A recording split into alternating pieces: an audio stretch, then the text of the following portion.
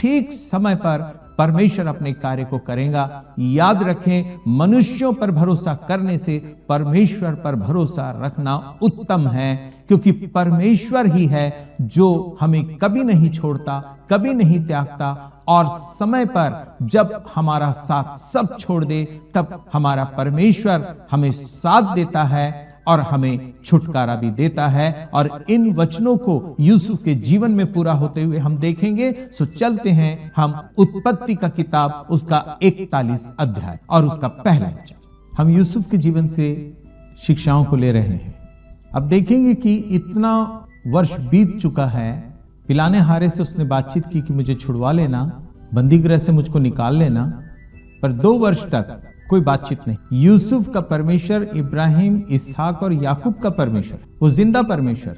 यूसुफ की ऐसी स्थिति, ऐसी परिस्थिति है, परमेश्वर क्या कर रहे हैं, कहां है वो? ऐसे प्रश्न कई बार हमारे मनों में आते हैं। परमेश्वर यूसुफ के साथ है।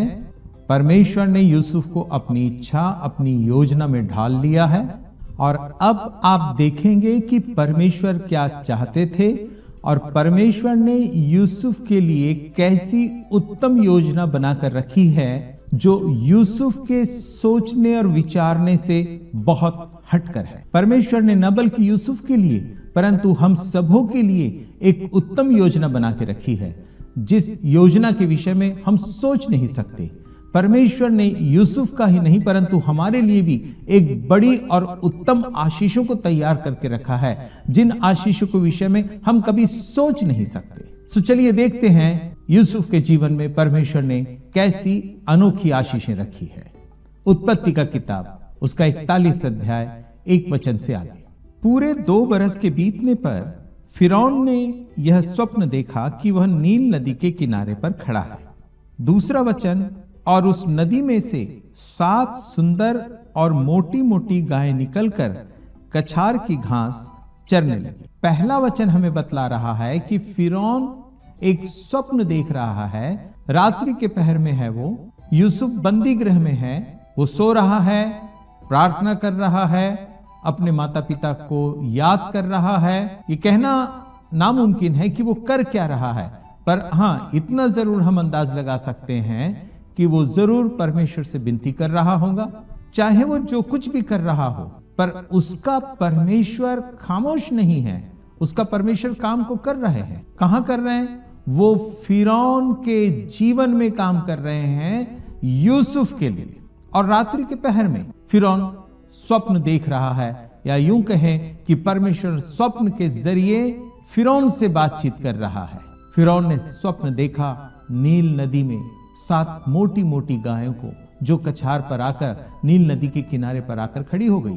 तीसरा वचन, और क्या देखा कि उनके पीछे और 7 गायें जो कुरूप और दुर्बल है नदी से निकली और दूसरी गायों के निकट नदी के तट पर जा खड़ी हुई। चौथा वचन, तब ये कुरूप और दुर्बल गायें उन 7 सुंदर और मोटी मोटी गायों को खा गई। तब फिरौन जाग उठा। 5वां वचन, और वह फिर सो गया और दूसरा स्वप्न देखा कि एक डंडी में से 7 मोटी और अच्छी अच्छी बालें निकली। 6वां वचन, और क्या देखा कि उनके पीछे 7 बालें पतली और पुरवाई से मुरझाई हुई निकली। 7वां वचन, और इन पतली बालों ने उन 7 मोटी और अन्न से भरी हुई बालों को निगल लिया। तब फिरौन जागा और उसे मालूम हुआ कि यह स्वप्न ही था। 8वां वचन, भोर को फिरौन का मन व्याकुल हुआ और उसने मिस्र के सब ज्योतिषियों और पंडितों को बुलवा भेजा और उनको अपने स्वप्न बताए, पर उनमें से कोई भी उनका फल फिरौन से न कह सका। 9, तब पिलाने हारों का प्रधान फिरौन से बोल उठा कि मेरे अपराध आज मुझे स्मरण आए। फिरौन जब भोर को उठा, तब इन दोनों स्वप्नों ने उसके मन को व्याकुल कर दिया और उसने अपने राज्य के ज्ञानियों को जब बुलाया कि इसका अर्थ क्या है, वे लोग इसके अर्थ को नहीं बता सके। ये स्वप्न क्या है? ये स्वप्न परमेश्वर का संदेश है। यूसुफ के उन कार्यों को, यूसुफ के उन योजनाओं को जो परमेश्वर ने उसके लिए बनाई हैं, उस योजना की शुरुआत करने और उस योजना तक पहुंचने के लिए परमेश्वर फिरौन से बात कर रहा है। और यूसुफ उस फिरौन के बंदीगृह में है। वो नहीं जानता कि परमेश्वर क्या कर रहा। प्यारे बहनों भाइयों, हमने अपना जीवन परमेश्वर को समर्पित किया। हम अपने घर में होते हैं, हम अपने काम में होते हैं, हम बड़े बेजार हो जाते हैं, निराश हो जाते हैं, टूट जाते हैं और हमें ऐसा लगता है कि परमेश्वर हमारे लिए कुछ नहीं कर रहे हैं। पर आज का ये वचन हमें ये बतलाता है, परमेश्वर हमारे प्रति जागरूक है। मैं और आप कैसे सोच सकते हैं कि हमारा परमेश्वर हमें यूं ही तकलीफों में और परेशानी में छोड़ देगा? जिस परमेश्वर ने हमसे इतना प्यार किया कि उसने अपने इकलौते पुत्र को हमारे लिए कुर्बान कर दिया, वो परमेश्वर जो अपने इकलौते बेटे को कुर्बान कर सकता है, वो हमारा फिक्रमंद है, वो हमारी चिंता करने वाला है, वो हमारा ख्याल रखने वाला है, वो अपनी योजना में हमें लेकर चलने वाला है और जो कार्य उसने हमारे लिए तय कर रखा है, उन कार्यों को पूरा करने के लिए वो मार्ग बनाता है, मार्ग बताता है और मार्ग पर हमें लेकर चलता है। जब ज्ञानियों ने फिरौन के स्वप्न का अर्थ बताने में असमर्थता प्रकट की, तब पिलानेहारे ने फिरौन से बातचीत किया, जिसे हमने अभी पढ़ा है 9 वचन में। तब पिलानेहारों का प्रधान फिरौन से बोल उठा कि मेरे अपराध आज मुझे स्मरण आए। पिलानेहारों का प्रधान फिरौन से कब बोल उठा? जबकि 2 साल पहले यूसुफ ने पिलानेहारे के प्रधान को उसका स्वप्न का अर्थ बता के उससे विनती की थी कि वो फिरौन से यूसुफ के विषय में बातचीत करेगा और उसे यहां से छुड़ाएगा, पर उसने नहीं बोला। 2 साल बाद पिलानेहारा बोल रहा है। अगर मैं प्रश्न करूं आपसे कि पिलानेहारों का प्रधान कब बोल रहा है, वो कब बोल उठा? बहुत से आपके जवाब में जो एक महत्वपूर्ण जवाब है वो ये है कि जो दिन परमेश्वर ने नियुक्त किया है, जो समय परमेश्वर ने चुनाव किया है, पिलानेहारों के प्रधान से यूसुफ के विषय में फिरौन से बातचीत करने के लिए पिलानेहारे का प्रधान फिरौन से यूसुफ के विषय में ठीक समय पे बात कर रहा है। आपका और मेरा परमेश्वर, यीशु मसीह का परमेश्वर पिता, यूसुफ का परमेश्वर ठीक समय पर काम करते हैं। उनके कामों में देर नहीं होती। उनके कार्य करने की अपनी एक शैली है और वो अपनी पद्धति के अनुसार अपने बनाए हुई योजनाओं को अपने तरीके से उनके निर्धारित किए हुए समय के अनुसार पूरा करते हैं।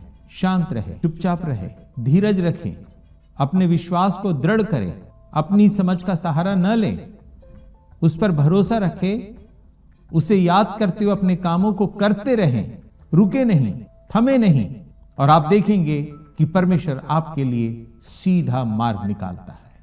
नीति वचन 3 अध्याय का 5 और 6 वचन हम यूसुफ के जीवन में देखते हैं। यूसुफ खामोश बंदी गृह में जिस हाल में भी है, वो उसी हाल में अपने आप को परमेश्वर के योग्य बनाते हुए परमेश्वर की इच्छा को पूरा करने के लिए वो बिल्कुल तैयार है। परमेश्वर के प्रति वो ईमानदार और वफादार है। हम भी अपने परमेश्वर के प्रति ईमानदार और वफादार रहे। 10 वचन, जब फिरौन अपने दासों से क्रोधित हुआ था और मुझे और पकानेहारों के प्रधान को कैद करा के जल्लादों के प्रधान के घर के बंदीगृह में डाल दिया था।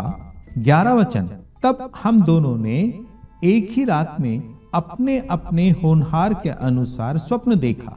12 वचन, और वहां हमारे साथ एक इब्री जवान था जो जल्लादों के प्रधान का दास था। सो हमने उसको बताया और उसने हमारे स्वप्नों का फल हमसे कहा। हम में से एक एक के स्वप्न का फल उसने बता दिया। 13 वचन, और जैसा जैसा फल उसने हमसे कहा था वैसा ही हुआ भी, अर्थात मुझको तो मेरा पद फिर मिला, पर वह फांसी पर लटकाया गया। 14 वचन, तब फिरौन ने यूसुफ को बुलवा भेजा और वह झटपट बंदी गृह से बाहर निकाला गया और बाल बनवाकर और वस्त्र बदलकर फिरौन के सामने आया। पिलानेहारे के प्रधान ने, फिरौन के इस हाकिम ने यूसुफ के विषय में फिरौन को बताया। 2 वर्ष बाद सही समय, परमेश्वर की ओर से किया गया नियुक्त समय। जैसे फिरौन ने इस बात को सुना उसने यूसुफ को बंदी गृह से बुला लिया। अब क्या होगा? यूसुफ फिरौन के स्वप्न का अर्थ बतलाएगा और उसके बाद वो उससे विनती करेगा कि मैंने कोई अपराध नहीं किया है, मुझे जो है छुटकारा चाहिए, मुझे स्वतंत्रता चाहिए। और फिर उसको स्वतंत्र कर देगा, वो अपने घर जाएगा, अपने पापा के यहाँ, अपने भाई बहनों के साथ, अपने लोगों के साथ वो जीवन निर्वाह करेगा। यूसुफ के मन में बस इतना ही विचार आ सकता है, परंतु परमेश्वर मनुष्य की सोच से बहुत आगे बढ़कर सोचते हैं। हम में से बहुत से लोग जानते हैं कि परमेश्वर यूसुफ के साथ क्या करने जा रहे हैं, बहुत से लोग नहीं जानते हैं। आइए हम देखते हैं कि परमेश्वर के पास यूसुफ के लिए कैसी अनोखी और बड़ी आशीष है।